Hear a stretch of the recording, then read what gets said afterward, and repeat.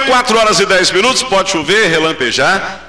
O certo é que não está nem chovendo e muito menos relampejando, né? O calor está entornando aqui no Vale do Aço, está muito quente, probabilidade de mais calor ainda para esta quinta-feira, sem expectativa de chuva, e é aguardar, né? Aguardar para ver. E a gente está recebendo mais uma vez o professor Hudson Miranda em nosso programa, e agradecendo aqui a participação do professor mais uma vez, e a gente vai dar sequência sobre os meios de comunicação, como a gente falava, não é? E a interferência desses meios até certo ponto na vida das pessoas. Nós falamos sobre o telefone celular, falamos sobre a televisão, e para dar sequência ao nosso assunto, a gente fala hoje de internet. E é impossível falar de internet sem falar de ética. Professor, inicialmente, boa tarde mais uma vez, muito obrigado pela presença. Boa tarde, Roberto. Boa tarde a toda a sua equipe, aos ouvintes da Educadora AM. É um prazer novamente estar com vocês e para discutir, né, a segunda parte, a extensão dessas questões que fazem parte do nosso dia a dia e que evidentemente não vão se esgotar hoje, mas que a gente vai, através da nossa discussão aqui, tentar levar até o nosso público alguns questionamentos que são importantes e que fazem parte aí do nosso cotidiano, ou do cotidiano da maioria das pessoas, e daqueles que ainda não fazem, certamente em breve irão participar, né, dessa comunidade eletrônica da qual o mundo caminha para se transformar cada vez mais. Muito bem, professor, é quase que impossível, né, a gente citar a internet e não falarmos de ética, principalmente pelo que acontece hoje desse meio de comunicação, que, diga-se de passagem, é um meio de comunicação fantástico. Sim. É um meio de comunicação que faz a gente viajar o mundo sem sair da cadeira. Sim. Mas é um meio de comunicação que pode fazer muita gente cair da cadeira. Eu costumo dizer o seguinte, que na realidade o tombo que você pode tomar na internet é em potencial o tombo que você já tomaria na vida real, porque a internet não é uma vida virtual, né? Ela é um instrumento. Se eu te disser, por exemplo, a faca é um instrumento útil. Sim. Um instrumento útil. Mas ela também é utilizada para matar. Para cometer um crime. Ela não é uma arma. Para assaltar. Sim, mas ela não é uma arma. Ela é um instrumento que foi criado para facilitar, né, a vida, a nossa vida, para fatiar. E aí o que acontece? Nós utilizamos, parte das pessoas, aquelas que têm essa índole, né, essa dificuldade de lidar com o outro, então utiliza a faca como arma, né? Sim. A mesma coisa, se você disser, aí nós estamos partindo para essa questão de ética e de utilização, de utilização diversa de um mesmo instrumento. Vamos imaginar, o que vocês imaginariam, você ouvinte, se você, ao andar de ônibus, percebesse que o motorista que o conduz está, além de dirigir, passando alguns torpedos, né? Recebendo ligações. O que você acharia? Você se sentiria seguro numa rodovia, né? Ou mesmo dentro da cidade, né? Com um motorista que tem esse nível de dispersão? Bem, muitos diriam, nossa, mas que absurdo, claro que não. Imediatamente muitos falariam isso. Mas é o que acontece no nosso trânsito, não com os nossos motoristas de ônibus, felizmente, pelo menos se existem casos assim, são raríssimos, mas é o que acontece com boa parcela dos nossos motoristas, né, dos automóveis, né? Nós percebemos, é muito claro, você vê o motorista atendendo o celular, passando torpedo, escolhendo música, né, no seu celular, que está ligado lá ao sistema de som do carro, e assim por diante. São formas de dispersão. Então, na verdade, o que nós precisamos observar desse balizamento, que é a ética, né, é como é que eu quero ser tratado, como é que eu devo tratar o outro a partir do momento que eu tenho uma referência, o seguinte, se eu estivesse no lugar dele, como é que eu gostaria de ser tratado? Esta é a forma de tratar o outro, de tratar as questões.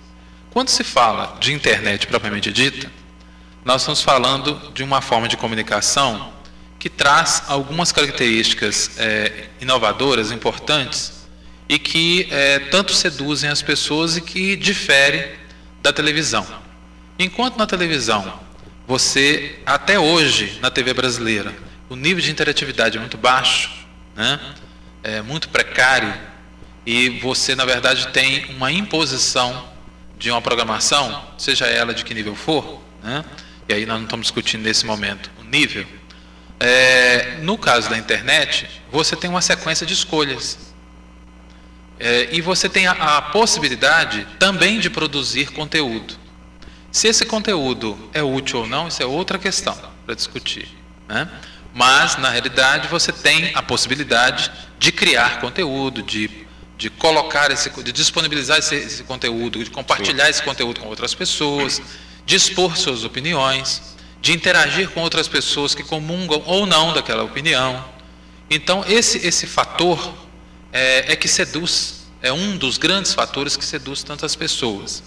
Mas esse mesmo fator que seduz, ele produz, obviamente, exageros, possibilidades de exagero por parte das pessoas. Então, a questão não é que o veículo é bom ou ruim. A questão, o veículo não é vilão nem mocinho.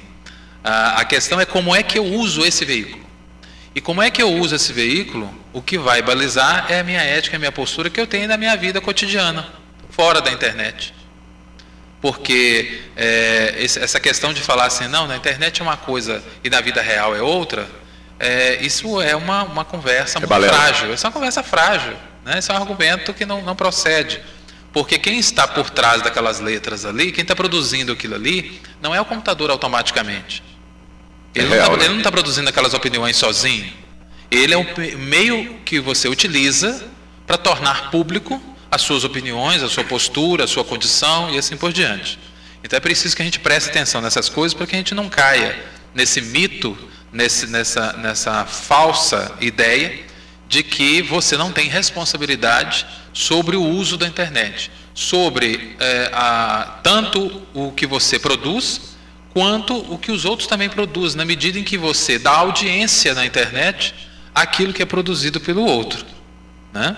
E aí nós vamos falar nisso agora mesmo, mas antes eu queria só entrar numa questão que é muito importante e que vai nos dar condições de falar sobre essa responsabilidade ética, que é justamente o uso das redes sociais, as chamadas redes sociais, né? Que são espaços onde eu me associo, na maior parte das vezes gratuitamente, né? E eu vou me unindo virtualmente a pessoas que comungam da mesma ideia, né? E aí nós temos, para citar, o Orkut, o MySpace, o Facebook também, né? O Facebook, né? O MySpace é campeão mundial, a gente sabe disso, né? Só para você ter ideia, o Orkut tem aproximadamente, segundo estimativa, os números variam muito, né? Mas uma estimativa é que o Orkut tenha em torno de 35 milhões de associados, né? Dos quais em torno de 60% a 70% são brasileiros. O brasileiro gosta do Orkut. O Brasil é campeão mundial de cadastramento no Orkut, de cadastramento e acesso, né? O Facebook está tentando ganhar essa fatia. O Facebook tem 300 milhões de associados, segundo as estimativas publicadas, né? E o MySpace já ganhou disso aí, né? Segundo informações. O Twitter já bateu o Orkut. O Twitter já não é uma rede social. O Twitter ele tem características, né, próximas de uma rede social, mas é um microblog. Eu ia chegar nisso. Um microblog, né, onde você expressa a sua opinião em 140 caracteres. Né? Você vai dando micronotícias, né? E o Twitter tem em torno de 44,5 milhões de cadastrados, né? Então essas redes, e aí nós poderíamos ficar aqui 2, 3, 4 horas enumerando as vários tipos de redes sociais que existem hoje. Essas são as principais que nós estamos falando, mas existem inúmeras outras redes sociais no mundo, inclusive em português, né? No Brasil também.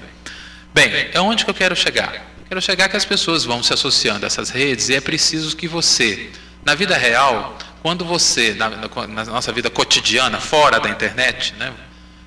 Quando você se associa a um grupo, você pensa para fazer isso, né? você imagina, bem... Ou não, né? Para que, bem, supostamente, né? Para que eu estou associando esse grupo? Né? Por que eu faço parte desse grupo?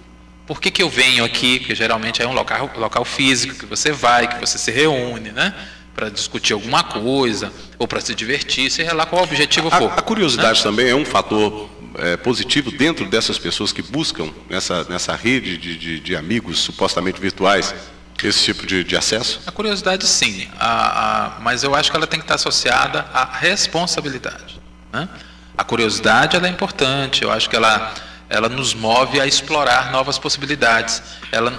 A curiosidade nos tira da inércia, nos tira daquele lugar confortável do que eu já conheço e permite que eu explore outras possibilidades, conheça outras perspectivas. Então, não há nenhum problema na curiosidade, desde que ela esteja numa dose, ela seja temperada com bom senso, com reflexão, com responsabilidade. Quer dizer, a minha curiosidade está me movendo para quê? Para onde? Por quê? Isso é preciso ser pensado também na rede. Então, quando eu entro, por exemplo, no Second Life, né, que é o que a gente chamaria de segunda vida, uma vida virtual, aquela vida virtual ela é alimentada por alguém real.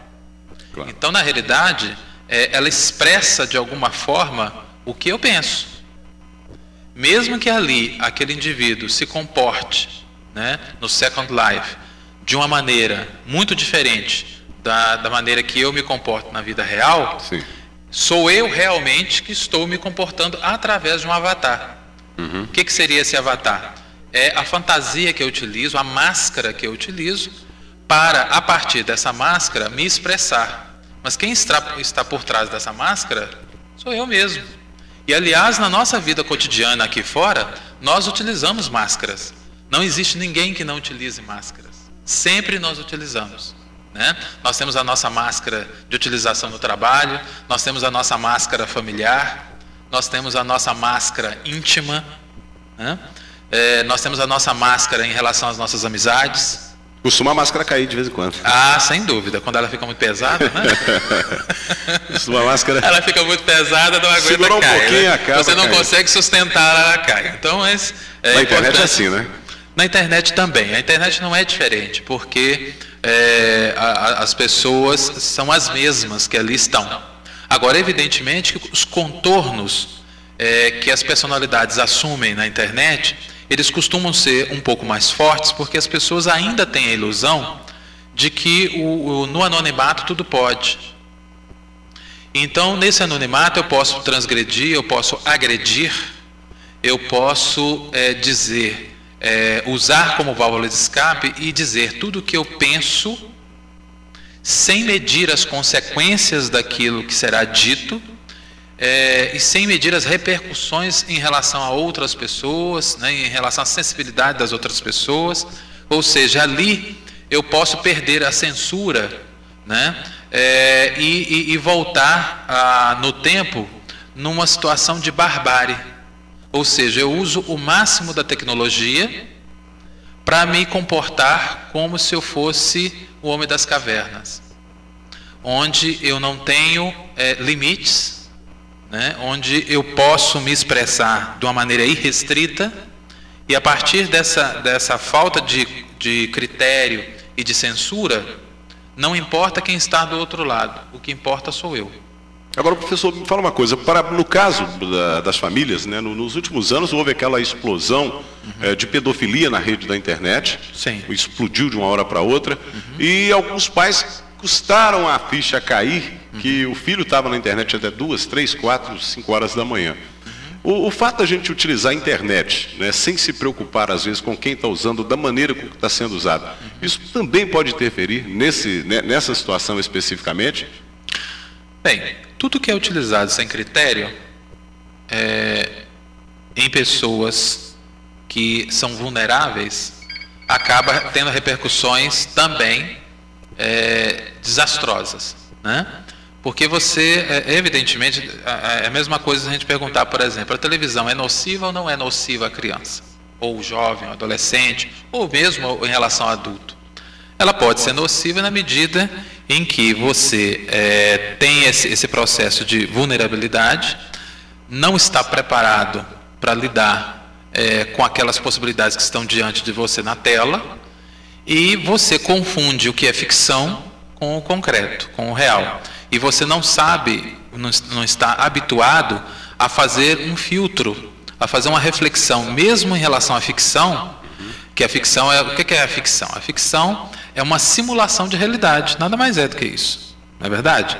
A ficção, ela simula sentimentos em outros cenários, em outras formas, né? Eu até costumo dizer o seguinte, pessoa, às vezes, professor, dentro dessa colocação, a pessoa, quando ela está na vida virtual, ali na internet, muita coisa que ela faz virtualmente é o que ela gostaria de fazer na vida real. Sem dúvida, então é uma maneira dela mascarar, voltando à máscara, e mascarar aquilo que ela gostaria de ser e não tem coragem. Muitas vezes sim, né? E muitas vezes ela não tem coragem, mas também nós precisamos entender que muitas vezes não há espaço para as pessoas exercitarem essas fantasias. Sim. E aí o que eu digo? O que é esse espaço? Esse espaço cultural, né? Das artes, né? Da educação, da discussão, do debate, né? Então, na medida que esses espaços vão se restringindo, as pessoas vão canalizando as suas energias em outras possibilidades, em outros espaços, né? E isso atinge vários tipos de níveis. Só para você ter uma ideia, hoje uma grande emissora de TV exibiu uma matéria jornalística, muito bem feita por sinal, sobre a nova decisão da Prefeitura do Rio de Janeiro de monitorar, né, o uso do espaço público durante a passagem dos blocos caricatos na cidade do Rio de Janeiro. Ou seja, ali tem banheiros químicos, tem toda uma infraestrutura, e as pessoas estão sendo monitoradas de tal maneira que elas não depredem os prédios, não sujem as ruas, porque tem todo um equipamento público disponível para o lixo, né, e para as necessidades básicas das pessoas. Professor, né? Vou cortar o raciocínio, a gente vai voltar. A Samira está comigo na ponta da...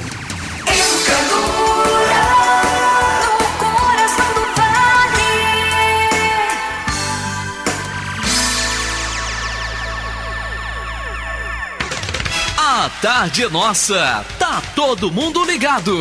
Roberto Nogueira. Beleza, estou aqui nesse bate-papo gostoso com o professor Hudson Miranda, sempre muito bem-vindo aqui ao nosso programa. E a gente falando de internet e ética. Professor, o senhor quer concluir? Eu cortei o senhor no meio do raciocínio.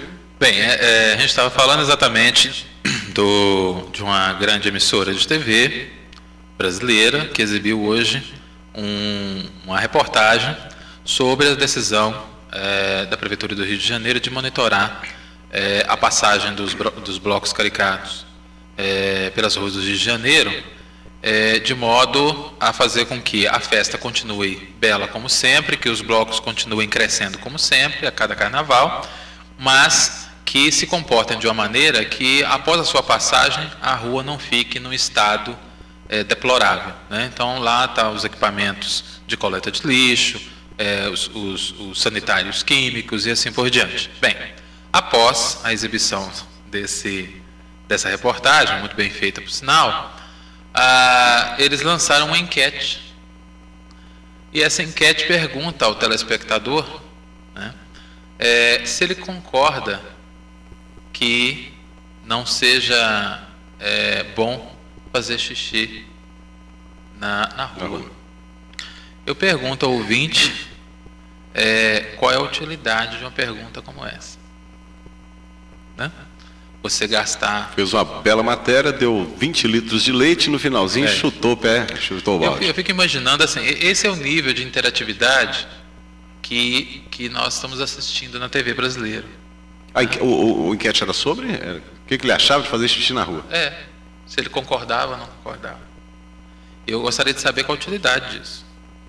Depois, para saber o resultado, vamos imaginar que 60% dos internautas considerem que é interessante fazer xixi na rua. E aí? A Prefeitura do Rio de Janeiro deve retirar o seu monitoramento e toda a infraestrutura das ruas e e permitir que os seus moradores sejam expostos à sujeira? É isso? Ou até a doença também.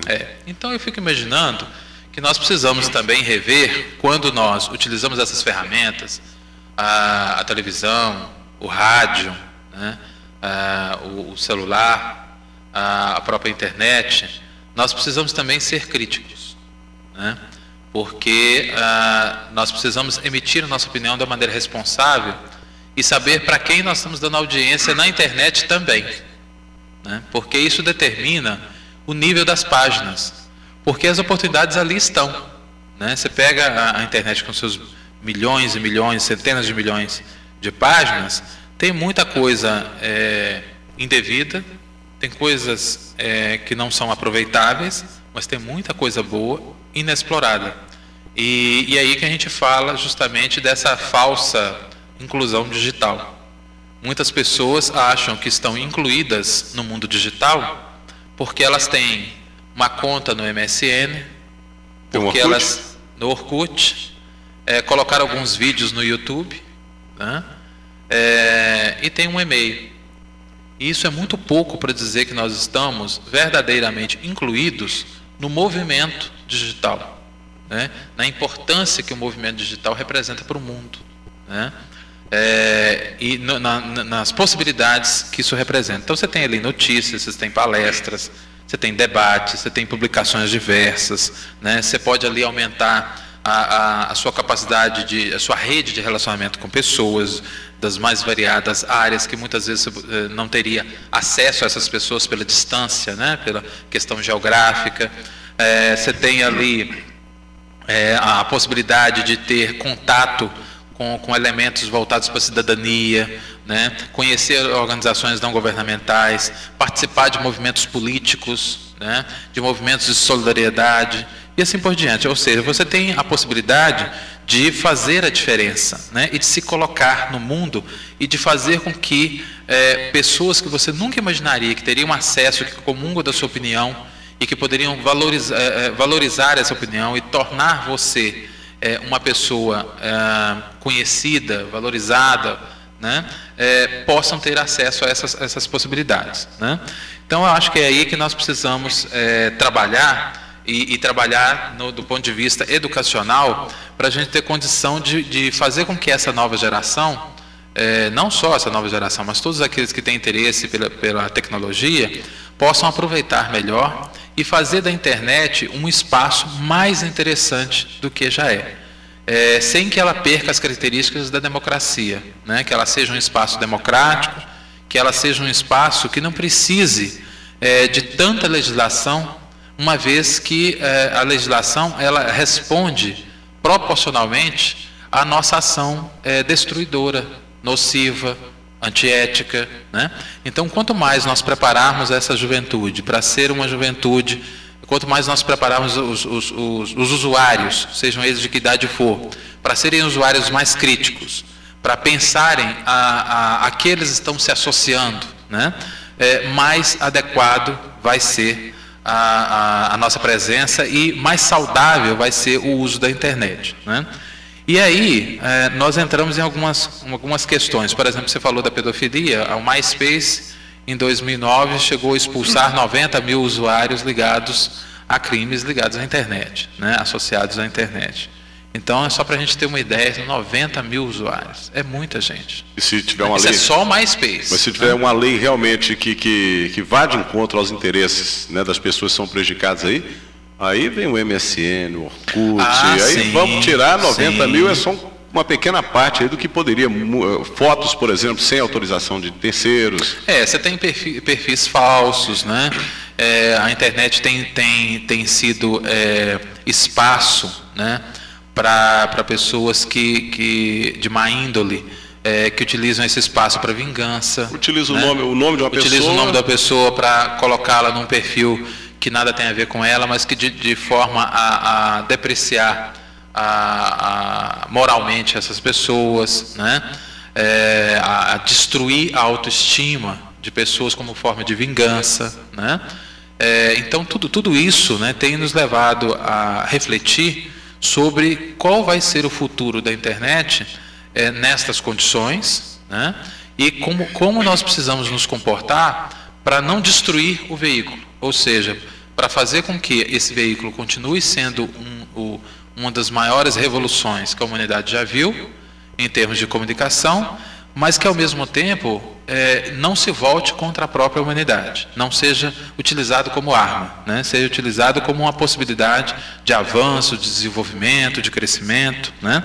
É isso que nós precisamos pensar. No caso do trabalho, né? E aí vem a questão dos perfis, né?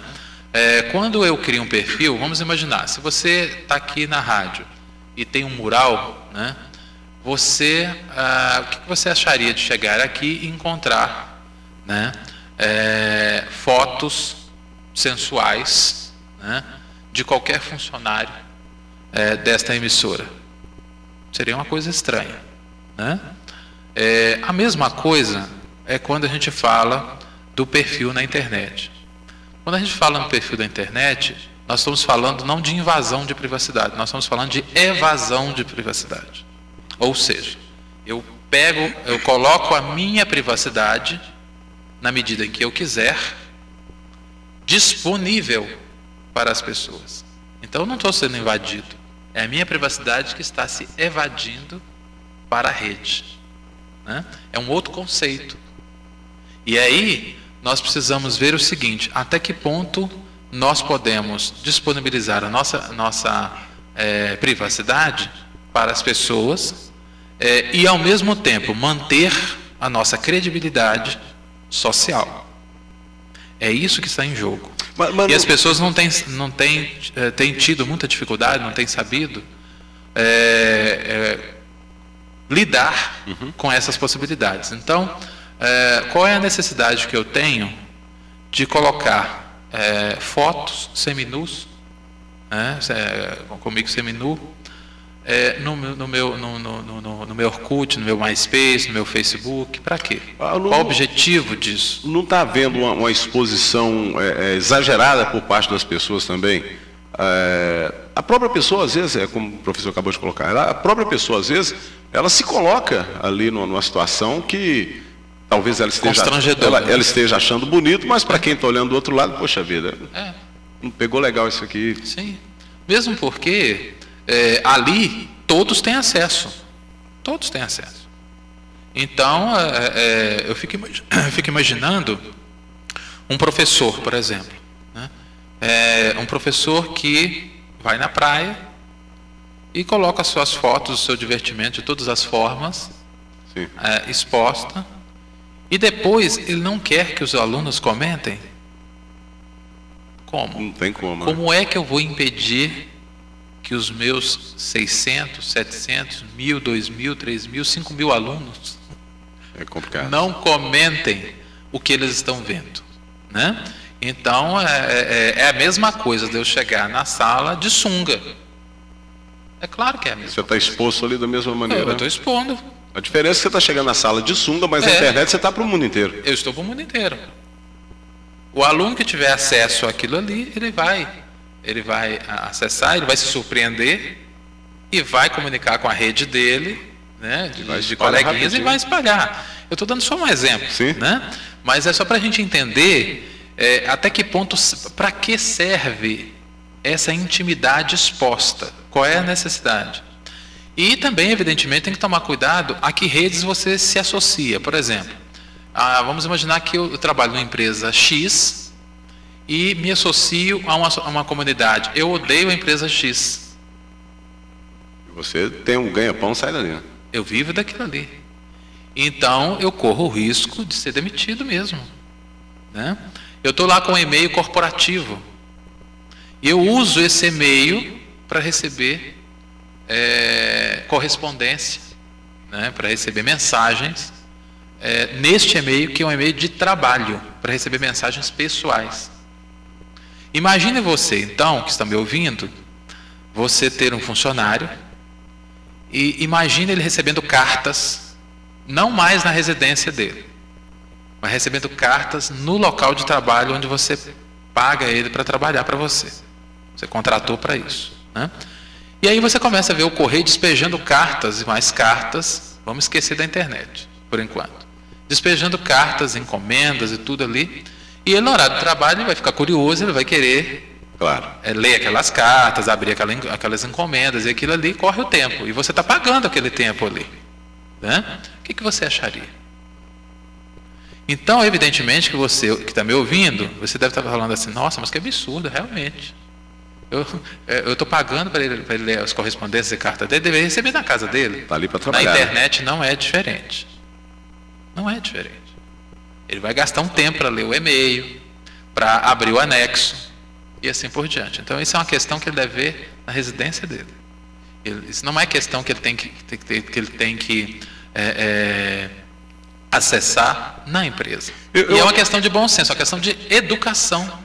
Para enriquecer o comentário do professor, eu fiz um levantamento aqui, em média, 1/3 do tempo gasto na internet, né, um tempo que a gente gasta online, como dizem na gíria, nada tem a ver com o trabalho, principalmente quem está no trabalho. Então, o uso indevido da internet no horário de trabalho, ele custa às corporações, seja nos Estados Unidos, no Brasil, bilhões de reais anuais em perda de produtividade. Aí vem de encontro aquilo que o professor acabou de dizer. Então, 80% das companhias, foi feita uma pesquisa, essas companhias entrevistadas informaram que os funcionários haviam abusado de privilégios de acesso de seu computador à internet para download de pornografia, software pirata, que é terminantemente proibido, se uma empresa for pega, dá um galho danado.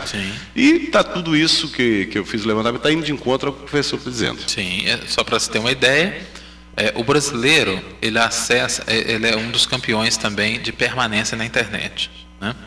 E com essa característica, só no Orkut ele gasta 336 minutos por mês, segundo pesquisa, levantamento que já foi feito recente. Já somou aí, Tiagão?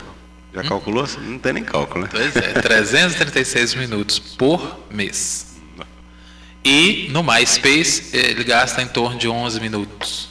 O MySpace vem trabalhando para que isso aumente, obviamente, né? Porque o MySpace é campeão mundial, né, e está de olho nesse sucesso que o Orkut tem. Bem, aonde a gente quer chegar? Quer chegar que esse gasto, né, em Orkut, em MSN, muitas vezes é pessoal. E, evidentemente, que o que as empresas precisam fazer, e isso é o grande desafio, não é proibir o uso dessas ferramentas, porque essas ferramentas podem ser usadas e devem ser usadas como integrantes do sistema de comunicação das empresas. Não há problema nisso, e elas vieram contribuir para melhorar essas possibilidades. O que acontece é que nós precisamos reeducar as pessoas para que elas entendam que na hora que elas estão na empresa, essas ferramentas devem ser usadas a serviço da empresa. Esse é o desafio, né? Enquanto nós não vencemos esse desafio, nós vamos estar perdendo tempo. Porque se você proíbe, você se isola, né? Se você fecha todas as portas, né? E se você deixa liberto, sem monitorar, sem discutir a questão, deixa correr solto, você corre o risco de perder metas, perder desempenho e assim por diante. O que é preciso é haver uma conscientização, é preciso discutir e reeducar permanentemente, de maneira que as pessoas que saírem fora dessa conduta, a exemplo do que elas faziam com qualquer outra coisa que disperse o trabalho delas, obviamente elas estarão fora da equipe.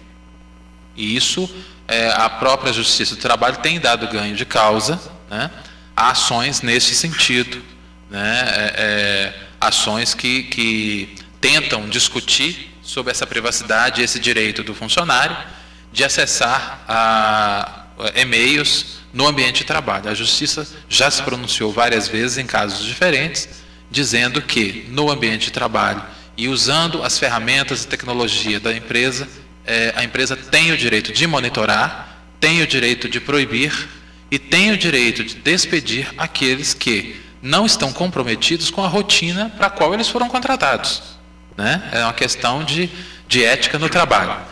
E, evidentemente, que nós temos que tomar muito cuidado com as mensagens que nós enviamos e recebemos sobre a empresa, sobre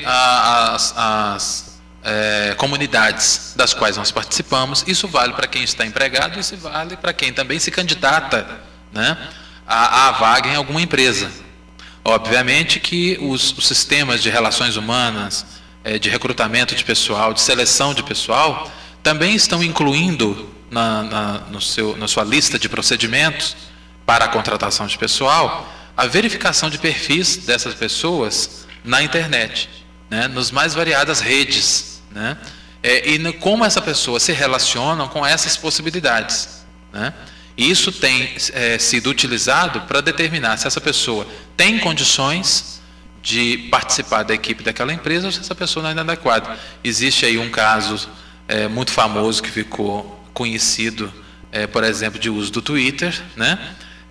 Onde uma empresa contratou um funcionário, uma empresa de alta tecnologia nos Estados Unidos, contratou um funcionário e este, ao ser contratado, mandou uma mensagem para o Twitter, uma mensagem inadequada, inapropriada, sobre o seu processo de contratação, né, na empresa e sobre a sua visão sobre ganhar Ali dinheiro e já satisfação. feriu toda a ética. Exato.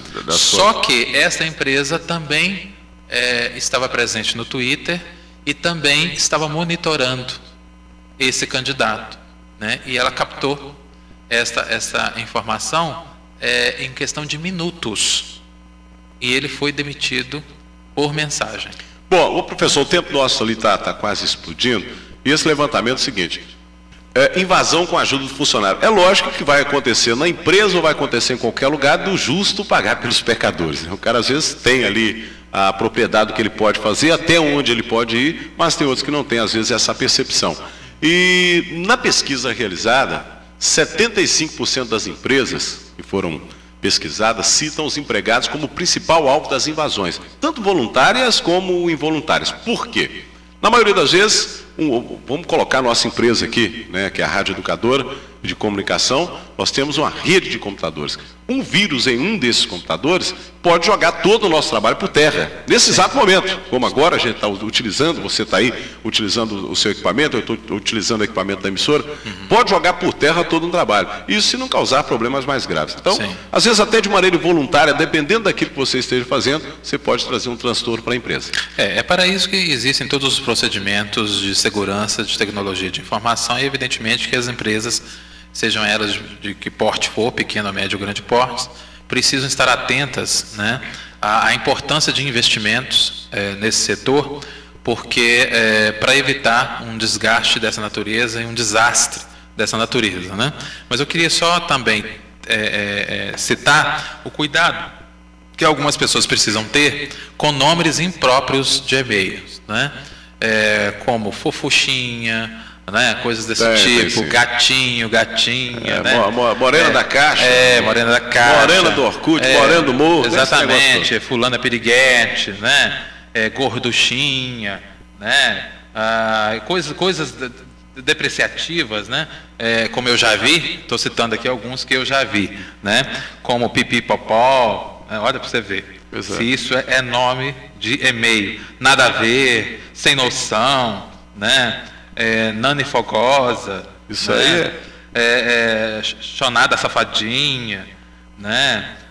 E por aí vai. É caminho de vírus na certa, né? A questão não é nem só essa, a questão é o seguinte: como é que você, que não conhece quem está mandando, como é que você chega numa empresa e fornece um e-mail desse tipo para um contato profissional? Impossível, né? Mas tem gente que fornece, acredite.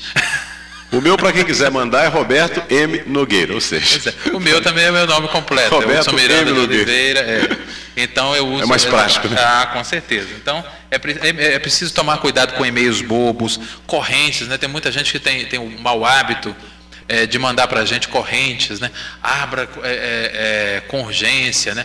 Fulano de tal precisa disso, fulano de tal precisa daquilo. Então eu não abro correntes. Eu recebo em média, por semana, 1000 e-mails. Pois é. 1000 e-mails. Eu, sinceramente, eu abro 5, 6, 7 ali, que eu vou olhando de cima e embaixo assim, o que eu acho que é interessante, que eu preciso. O resto, com todo respeito, a 90%. O resto já começa pelo assunto, né? Eu acho que você começa a seriedade de um e-mail pelo assunto, né? Você tem que ser claro no que você está comunicando, né? Eu coordeno um núcleo de estudos, o meu núcleo, quando manda alguma coisa, nós temos aí 6.000 associados, e a gente manda sempre com um assunto claro, de maneira que a pessoa entenda, né? De maneira que a pessoa entenda que realmente aquilo ali é algo para ele abrir, para utilizar, que é alguma coisa séria, né? Então a gente tem que tomar cuidado nesse sentido, e os meus e-mails pessoais, mesmo aqueles que são particulares, eles tomam esse cuidado. É preciso tomar esse cuidado para você não tomar o tempo das pessoas, porque elas param para ler, né? Então, comentários desagradáveis, né, desnecessários, inoportunos, fotos inadequadas, tudo isso precisa ser observado, né? Porque essa vida privada, essa vida digital, ela faz parte da vida privada. Não virtual, digital, né? Exatamente. Ela está digitalizada, mas de qualquer maneira ela se refere a alguém que é absolutamente real, né? Professor, nós vamos continuar o assunto semana que vem ou tem mais assunto para nós aí dentro? Se as pessoas realmente desejarem fazer perguntas a respeito justamente dessa questão digital, né? Desse comportamento, por exemplo, nós não tivemos tempo de falar sobre os vícios e adoecimentos. Mas nós vamos voltar. Ligados a essa questão, né? Nós não falamos, por exemplo, sobre a importância das emissoras de rádio. Sim, né? Nós vamos ter. Seja na internet ou seja agora tem a rádio web, que o pessoal cria uma rádio web, né? Quer dizer, como é que a gente lida com essa situação? Então, esse uso da tecnologia é muito amplo. Então, no próximo programa a gente vai continuar esse assunto. Sem dúvida. E nós vamos continuar falando sobre a internet, o uso em empresa. E vamos concluir falando sobre essa miscelânea, né, de internet versus celular, versus rádio, versus televisão. Tá certo. Então a gente volta na semana que vem, se Deus quiser, encontro marcado, quarta-feira. Sem dúvida. Quase chegando o carnaval, hein?